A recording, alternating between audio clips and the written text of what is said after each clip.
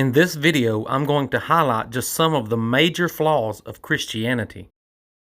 God is coming back soon, y'all. I want you to see this video I just came across. Christians don't understand that Jesus said his Father was the one true God, and that he was going to return before his apostles made it to all the towns of Israel, and that he would return before some of them died, and that his apostles would see the sign of the Son of Man in the sky before their generation passed away, and that Jesus said he was coming soon 3 times to a first century audience in Revelation chapter 22.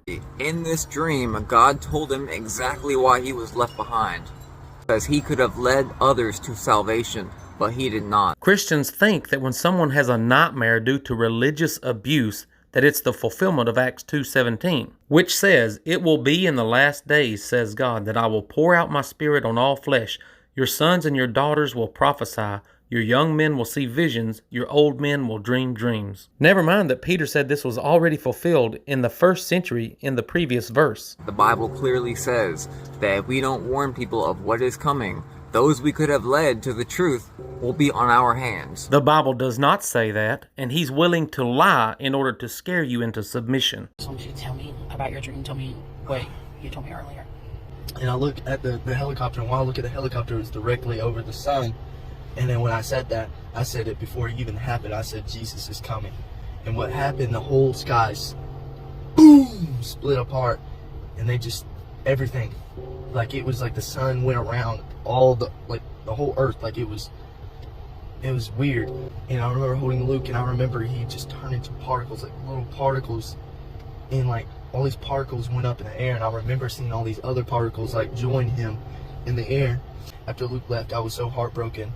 I fell on my knees and I said, "I'm sorry, Lord, I'm sorry." And he said, "You should have been like that guy, because I told you that's the guy you need to be."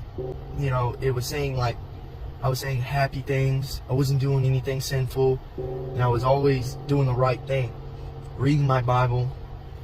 And he said, "You should have been like that guy, because if you would have been like that guy, there would have been other people been saved. Because of you, now they're not saved." So in other words, God is not able to save people, but he does punish us when we don't save enough. This view elevates us higher than God and makes God a tyrant. It was a very scary day. I don't know when that day is coming, but that day was so scary.